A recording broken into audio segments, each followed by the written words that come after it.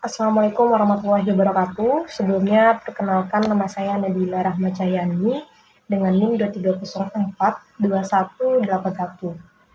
Pada video kali ini, saya akan membahas materi dari kelompok 4 dan kelompok 6 yang sudah dipresentasikan, di mana kelompok 4 membahas mengenai teknik komunikasi, sedangkan kelompok 6 membahas mengenai proses dan model advokasi. Nah, baiklah langsung saja kita bahas materi dari kelompok 4 mengenai teknik komunikasi. Nah, teknik komunikasi ini ada 9. Yang pertama ada persuasi, yaitu digunakan untuk mempengaruhi sikap, pendapat, atau perilaku seseorang.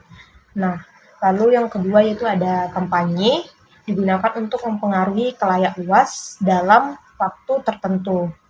Lalu yang ketiga yaitu publisitas, digunakan untuk penyebaran informasi melalui media massa. Nah, yang keempat itu ada lobby yang dilakukan untuk mempengaruhi orang yang berkuasa dalam pengambilan keputusan. Nah, lalu teknik komunikasi yang kelima yaitu perintah, yaitu berupa dari atasan kepada bawahan. Nah, yang keenam yaitu ada human relation. Nah, teknik komunikasi ini digunakan untuk membangun interaksi di lingkungan masyarakat dan organisasi. Lalu yang ketujuh yaitu negosiasi. Negosiasi berupa teknik komunikasi antara dua pihak untuk mencapai kesepakatan bersama. Nah, yang kedelapan itu ada diplomasi, berupa hubungan resmi antar negara agar menjaga hubungan baik. Lalu yang 9 ada online, yaitu pertukaran informasi melalui internet atau disingkat dengan media sosial.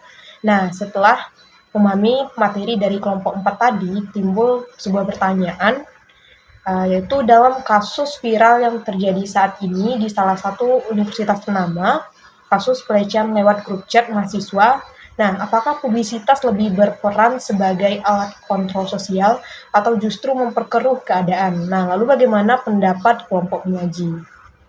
Baiklah, kita lanjut ke pembahasan pada kelompok 6 mengenai proses dan model advokasi. Dalam proses advokasi kebijakan, ada 5 tahapan penting yang harus dilakukan agar tujuan bisa tercapai secara efektif. Nah, yang pertama, yaitu analisis. Analisis itu digunakan untuk memahami masalah publik secara mendalam dengan melihat akar permasalahan, data, serta pihak-pihak yang terlibat. Nah, tapi ini penting agar advokasi tidak salah arah. Nah, lalu yang kedua, yaitu strategi. Strategi ini digunakan untuk menyusun langkah atau pendekatan yang akan digunakan untuk mencapai tujuan advokasi.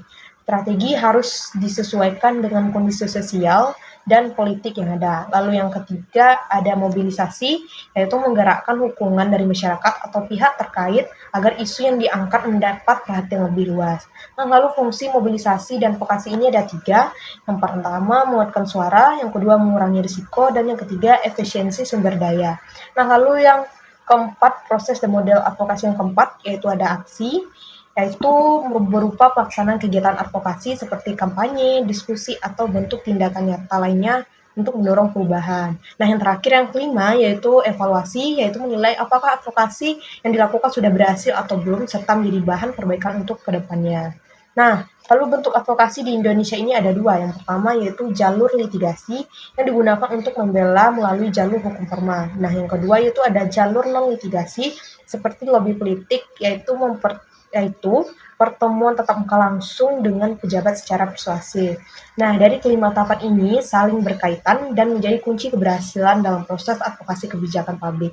Nah, timbul pertanyaan, bagaimana saudara melihat peran media dalam proses advokasi? Apakah lebih sebagai alat memperkuat isu atau justru berpotensi mendistorsi pesan advokasi?